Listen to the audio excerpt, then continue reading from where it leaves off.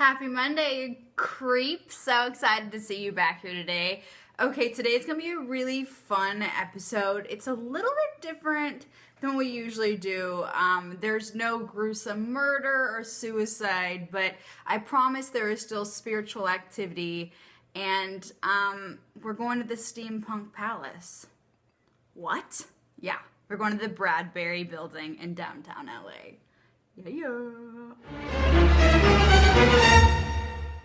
So, the Bradbury Building. Okay, so let's just get into this.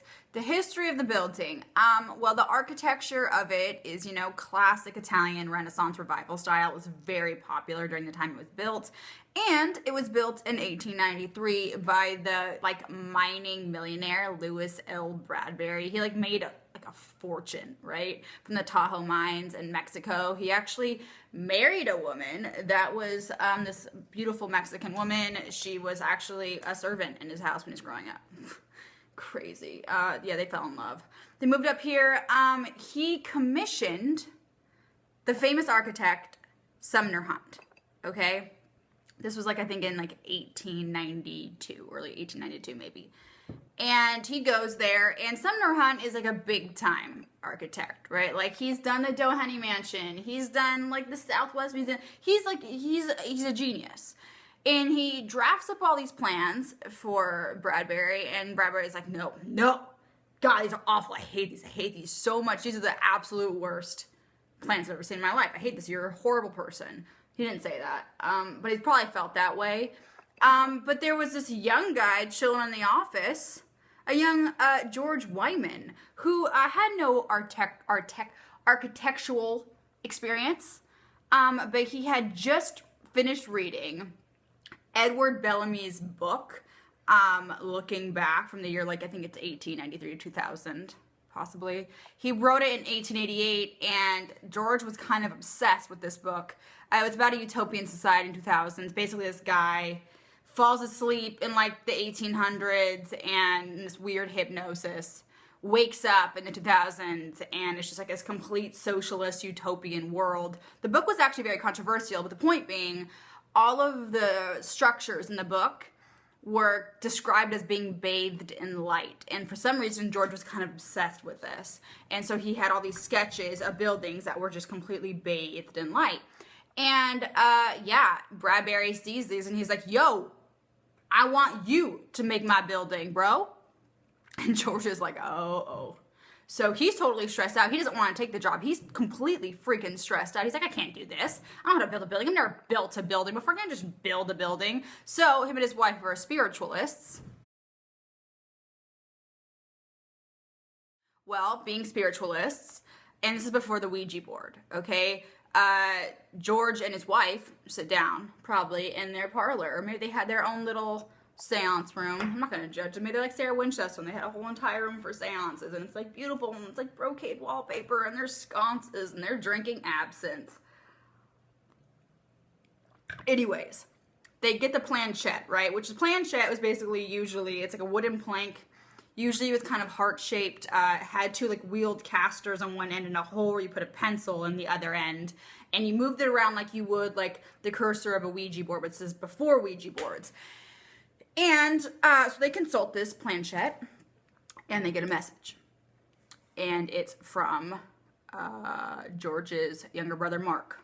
Mark Wyman, 8 years old, died 6 years prior. He basically said, what is the quote? He said, take the Bradbury Building and you will be successful. So, maybe nobody cited the Bradbury Building throughout time, but guess what? This building wouldn't have actually been built if it wasn't for a spirit coming through to the other side to say, yo, build this building. So, George takes the job and he starts building. The building was originally supposed to be built for $175,000. By the time it was done being built, it wasn't that. It was $500,000. And that was, in 1893, that's insane. That is an insane amount of money.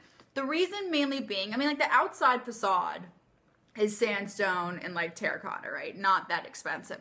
But when they started building the Bradbury, they discovered there's actually a natural spring running underneath the building, which kind of sets off the foundation. So in order to make it a little bit more sturdy, Bradbury fronted the bill to import tons and tons of materials from Europe that he believed were a lot stronger, and thank God he did, because when I say that this building is, it's beyond majestic. Like, I don't even know, like, when I walked into this space, I instantly started tearing up, mainly because I take this stuff very seriously. Architecture moves me in a way, and I'm not embarrassed to say that, but the ironwork, it's this 5-story building of openness, and the top being just this beautiful giant skylight. I almost felt like, honestly, that I had walked on board the Titanic. It had that kind of, where's Jack? That's what I kept asking myself, like, where's Jack? And then I also felt like I was in Higo, and then I also thought I was in Paris, and then I'm like, I want some croissants. That's basically my mental notion as I went through the entire thing. It's unbelievable. The ironwork, the detail, the 2 elevators, that plank either side. You just look up and you just see your dreams come true.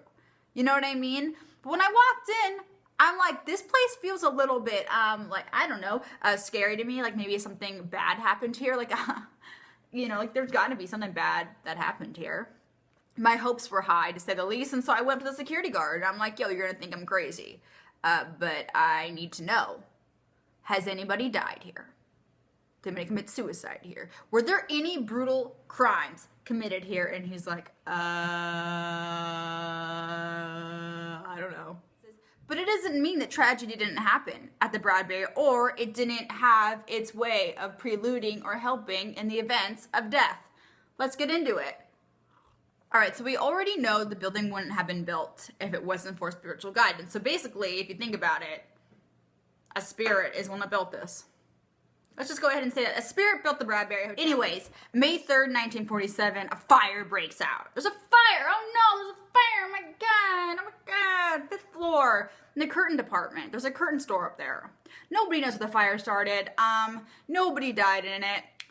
But, for the first time like ever, let's talk about something really great and heroic on Macabre Mondays. So basically, we can say that the Bradbury wouldn't have survived this ridiculous fire that broke out, that gathered swarms in the streets, because it happened during the day of people just like, oh, look at that fire. Oh my God, I can't breathe because of this boning bustle or whatever they wore back in the day. Anyways, this woman by the name of Minnie Epp, whose name is Minnie anymore, besides Mouse, honestly. But her name was Minnie Epp. Adorable woman. I can only assume that she was the sweetest person ever. Probably just loved to eat sweets. She was 62 years old. Elevator operator. She stayed at her post and ushered firefighters up to stop the fire during the entire thing. Like, she risked her life to save this beautiful piece of architecture. Way to go, Minnie Epp. Let's all give her a round of applause. Congratulations, Minnie Epp. We owe everything to you. There were a couple issues that happened during the fire. Firefighter named Joe Stovall. Is that how you pronounce his name? Well, Anyways, his right foot, he lost it. Got chopped with an axe. I mean, that might not be a death. That's pretty horrible. And a guy by the name of Gleason Burks, who was an employee, got knocked by a fire hose and fell from the 5th floor to the 4th floor, which, can happen when you're like in a giant atrium-like building. He was fine. He got a bruised shoulder. That's how about luck, right? So, you know what? Maybe there wasn't a death, but maybe the Bradbury helped aid in the murder in one of the most famous cases of all time. So there's been many different things that have been in the Bradbury. I think it was a restaurant for a while at one level. There's been obviously the curtain store, and then there was, like, I think that right now there's a museum or some kind of art gallery in there. But on the 1st floor, there's Ross Cutlery. And a very famous man by the name of O.J. Simpson walked into this store, purchased a 12-inch stiletto knife 3 weeks before the deadly killing, the trial of the century, Okay, I mean, if the glove fits. You know what I mean? Okay, sure. Conclusions, guys. Maybe the Bradbury isn't the most macabre building we've talked about. Maybe nobody was brutally killed there, nobody drank acid there, nobody jumped off from many of the levels to commit suicide, which is surprising because what a beautiful death. I mean, but this building, science fiction is literally in the roots of this place. This building wouldn't have been built if it wasn't for science fiction. There's a sense of tragedy when you walk in. Maybe it's because Bradbury himself never got to see the building, because he died before it opened. Maybe it's because George Wyman never ever got the praise or recognition or even the success of any other building for the rest of his life. This building almost, you could say it sucked the soul from these guys. But lucky for us, it's a place for us to go and visit and bask in because it's so beautiful. And it's, you know, the ironwork and the gears of the elevator have made it, people call it the most steampunk building in the world. And I see it. I mean, I get it. When I'm in there, I'm like, oh man, just give me some goggles. You know what I mean? That's what I feel like. I need some goggles to be in this place. Also, side note of tragedy, the Bradbury house, mansion, should I say, which is absolutely unbelievably gorgeous, was part of the beautiful neighborhood of Bunker Hill, just literally up the hill from the Bradbury, you know, was torn down because now we have these hideous high-rises. They're actually kind of cool looking, but still. I really hope you guys enjoyed this episode. I personally loved it because I just am so obsessed with this building. And I think even though, like I've said, there was no deaths there, I do think it is a very dark place in history. It's aided in the death of others. And, you know, just go check it out. Just do yourself a favor. Go check it out. Please, please, please subscribe to my channel. I have so many more fun episodes coming your way, and I would love to say thank you to diedinhouse.com, my friends over there, for providing me some of the information that you heard today. Leave any comments down below that you want. Share it with fellow creeps, and I hope you have a super creepy, awesome, steampunky day.